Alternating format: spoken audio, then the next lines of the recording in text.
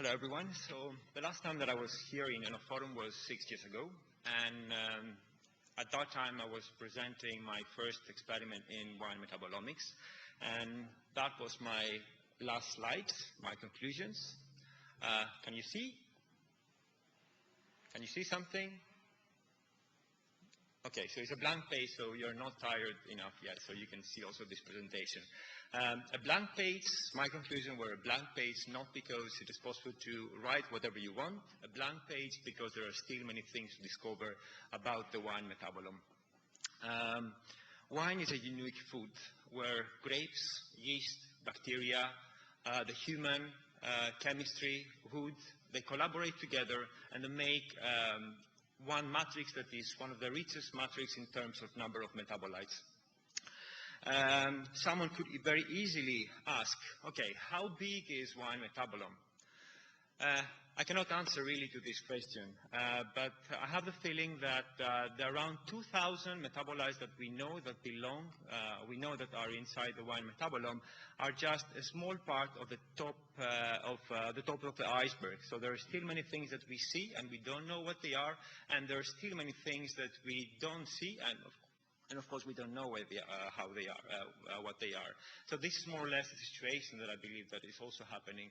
So we have few metabolites with very high concentration, and as the concentration is decreasing, is going down, the number of the metabolites is decreasing. So that's why I believe that metabolomics is one of the best approaches someone can use in order to find out what is going on in the changes when something is changing in the wine. So these metabolites, how do they react? I strongly believe that the wine, all these metabolites inside the wines, the thousands or millions of metabolites, they create something like a small society, a perfect equilibrium. And every time that we have an internal or external factor that disturb this equilibrium, the whole system is changing, the whole equilibrium is changing. So we don't have only one thing that is changing, but there are really many things that change. Here I'm going to present you today two of the experiments that we ran the last years. The first one is about red wines. So in this experiment we have used 20 different red wines, and we test two storage conditions. The total number of bottles were 400 bottles, and we test two different types of storing condition. One that was a perfect and optimum condition, and the second condition was an apartment style condition, how most of the people we store our wine in our apartment that around 20 degrees, more or less, that we think that is a good condition. I'm not going to talk too much about all the things that we saw that we changed. I'm going to stay only to these reactions from this experiment. So we saw that the tannins, both procyanidins and also epicatechin, react with sulfur dioxide, and they create these two sulfonates that you see there. Especially and this reaction was much faster for the wines that they stayed inside the apartment condition for these 2 years of our experiment. So first of all, these two compounds, they could be a good markers to find out if a wine is stored with the wrong condition.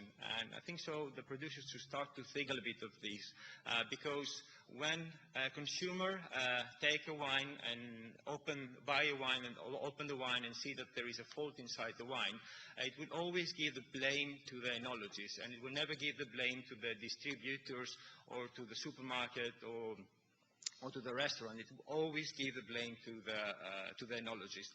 So having some markers that they can tell us that the wine was stored not with the right way, it could be also something important. The highest the temperature that we store our wine, the highest is the velocity of this reaction that is happening. The other thing is that for me was a big surprise, and I was searching the literature, and it was very strange for me that nobody had ever identified this sulfonated product before in the wine. Was because both tannins and sulfur dioxide have a really great importance in wine. So I couldn't understand why with the classical experimental approach it wasn't possible to find these markers, these metabolites before. So we tried to work a little bit better to understand the chemistry and how this reaction is going on, to understand also better all these mechanisms. And first, we saw the literature of the last 10 years, and we got the wrong impression where exactly the sulfonation occur. We didn't isolate these compounds in the first place, and we thought that probably the sulfonation was occurring in the B ring that you see here. The truth, when we did the reaction and we isolate the product, we did the NMR, we saw that this reaction has a very high stereoselectivity. So it will always react with the carbon of number 4 in the C ring, and not only. It seems that between epicatechin and catechin, only the epicatechin reacts. So as you can see here, the A and the C ring make a planar surface, and the the big ring and the oxidrylic is above this planar surface, and the sulfur entering from the top. So if we have a catechin or a procyanidins that finish with a catechin, and one oxidrylic will be above this planar surface, the sulfonation reaction won't occur. So I also believe that this is something important to keep in mind. So epicatechin can react. Catechin, it seems that they don't react, or they react much, much slower. Let's go to the second experiment that I'm going to talk to you today. Maurizio yesterday already said a few things about this project. So in this project, it was about white wines. In that case, we had 240 bottles of 12 white wines, and we were testing 2 bottling conditions.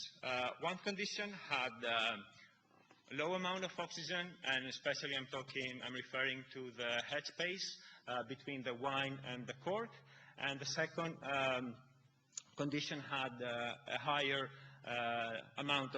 level of oxygen. Both theses, as you can also see here, they are typical conditions that we can find to the market, so really realistic condition. And after 2 months that we store the wines at 20 degrees, we're trying to understand what is going on and trying to find markers. The first thing, glutathione, also today many people talk about this compound. We enrich the wine in glutathione, and in order to take advantage of this antioxidant activity. We know that when we do a reaction in a solution, when we have the oxidation of the sulfur dioxide, what we mainly get will be this disulfide here. But this disulfide here were never discovered inside the wine, so we really didn't know what is going on with glutathione. What we discovered was that glutathione is oxidized to the disulfide and then reacts extremely fast together with sulfur dioxide and create this sulfonated product. This reaction will be favored if we have a higher amount of oxygen. Also, like I'm talking about small amounts of oxygen that you can also find in the headspace here, and also it will be favored in wines that they have a higher pH, so a lower acidity. So can you understand where is the problem in this reaction here? So we have 2 antioxidants. We end them inside the wine, hoping that these 2 antioxidants will have an addition effect and will protect better our wine. These 2 antioxidants, they react between them, so we have an antagonism effect, and our wine is less protected.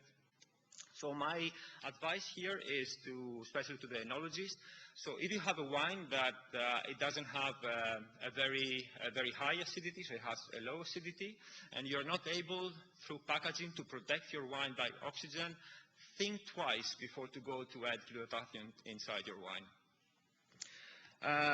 always in the same experiment, we also saw other reactions that they were reactions that they are dealing again with sulfonation reactions. Here you can see some of them. I'm an enologist with some pure knowledge in organic chemistry. So when I first saw this reaction, for me, the most interesting one that I didn't knew was that we can have the sulfonation in compounds like these compounds that you see here, indolic compounds.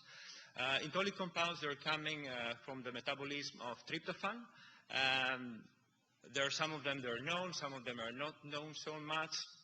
Especially is known in the viticulture and also in enology, indole acetic acid for the viticulture. I think so. You know the hormone called auxin, and also we know that indole acetic acid, it can react with sulfur dioxide, and it can give a compound called aminoacetophenone that is bringing to a wine fault called atypical aging. So we knew a few things about them, but not so much.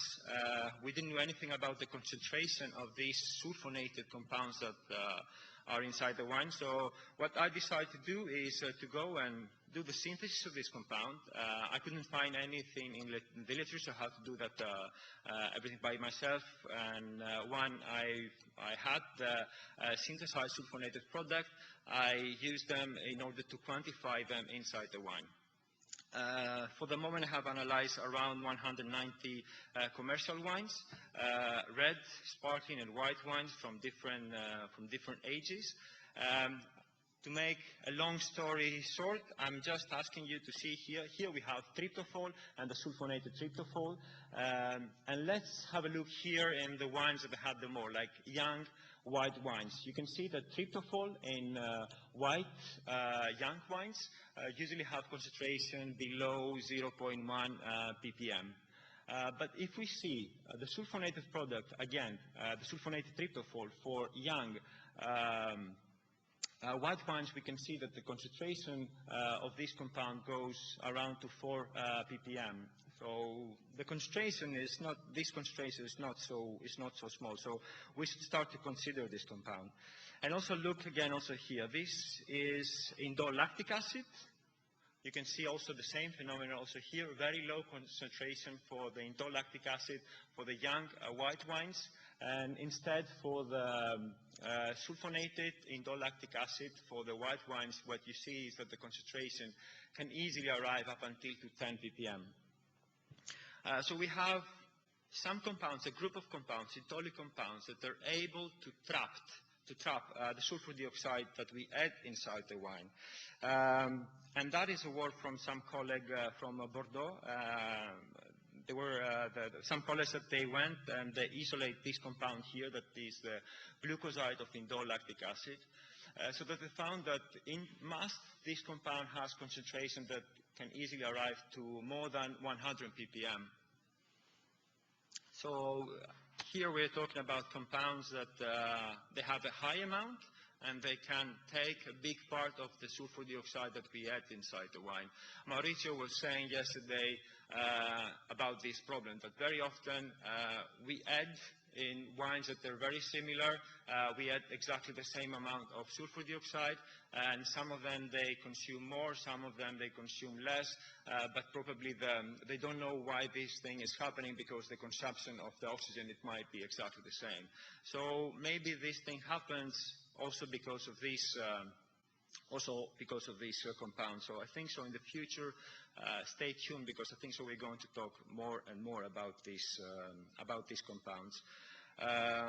What is their biological activity? I still don't know many things about that. What is the possibility, how they can influence the wine organoleptic characteristic? I also don't know that, but maybe in the future would be possible to learn more about these compounds. So they're just the first results. So here we are again. I apologize if I don't have so many answers. I still have more questions than answers. So those are again my conclusions. A blank page not because we can go and write whatever we want. A blank page because there are still many things to consider. So it means, ladies and gentlemen, we still have a lot of work to do. So thank you for your attention, and I also thank all the people that they collaborate for this project.